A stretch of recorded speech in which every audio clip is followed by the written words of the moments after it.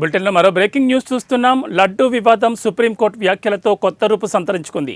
CM ప్రకటనతో ప్రారంభమై అన్ని రాజకీయ పార్టీల నాయకుల వ్యాఖ్యలు ఆందోళనతో రాజకీయ రంగు పులుముకొని వేడి పుట్టించింది. ఒక దశలో సీఎం, మాజీ సీఎంల మధ్య రాజకీయ పోరాటమా అనిపించింది. ఆధారాలు లేకుండా రాజ్యాంగ పదవిలో ఉన్న సీఎం చంద్రబాబు బహిరంగ ప్రకటన చేయడం శ్రీవారి కోట్లాది భక్తుల మనోభావాలకు భంగం కలిగిందని సుప్రీంకోర్టు వ్యాఖ్యానించడం, లడ్డూలో కల్తీ జరిగిందనడానికి ఆధారాలు మీ దగ్గర ఏమైనా ఉన్నాయా అని ప్రశ్నించడంతో అందరి దృష్టి ఇవాళ ఈ వ్యవహారంలో సుప్రీంకోర్టు వెలువరించనున్న తీర్పుపై కేంద్రీకృతమైంది.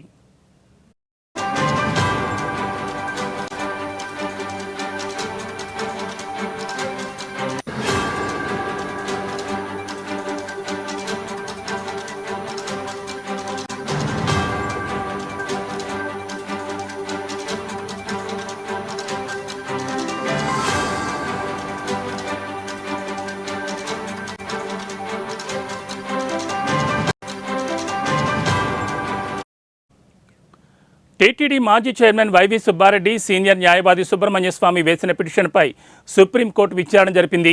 ఆ సందర్భంగా సుప్రీంకోర్టు చేసిన వ్యాఖ్యలతో వైసీపీ శ్రేణులు సంబరాలు చేసుకుంటున్నాయి. సుప్రీం తుది తీర్పు ఇవ్వకుండానే విజయోత్సవాలు జరుపుకుంటున్నాయి. కూటమి క్షమాపణ చెప్పాలని డిమాండ్ చేస్తున్నాయి. అయితే వైసీపీ ముందస్తు సంబరాలను న్యాయ నిపుణులు తప్పుబడుతున్నారు, తొందరపాటని అభివర్ణిస్తున్నారు. విచారణ సందర్భంగా కోర్టు కొన్ని ప్రశ్నలు సంధించిందని, ఇవాళ ప్రభుత్వం తరపు న్యాయవాదులు తమ వాదనను విచారించనున్నారు.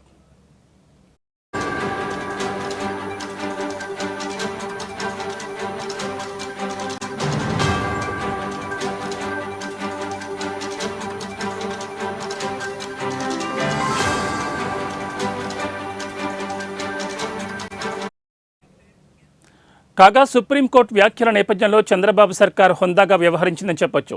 సుప్రీంకోర్టు వ్యాఖ్యల నేపథ్యంలో లడ్డూ వివాదంపై సిట్ దర్యాప్తును తాత్కాలికంగా నిలిపివేసింది. సుప్రీంకోర్టు సిట్ విచారణను నిలుపుదల చేయాలనే ఆదేశాలు ఏమీ ఇవ్వలేదు. సీఎం ప్రకటనపైనే వ్యాఖ్యానించింది. అయినా ప్రభుత్వం సిట్ విచారణను నిలుపుదల చేయాలని నిర్ణయించింది.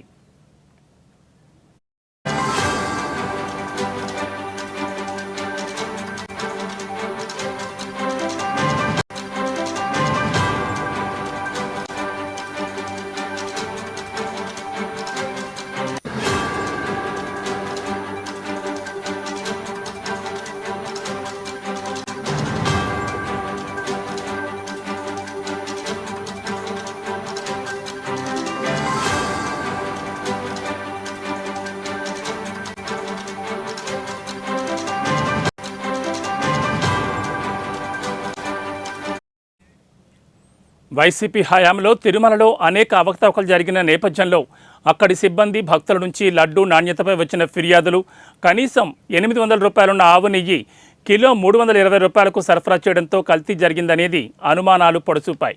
రాజకీయ రంగు పులుముకున్న ఈ వివాదాన్ని కోర్టు ఎలా పరిష్కరిస్తుందనేది వేచి చూడాలి.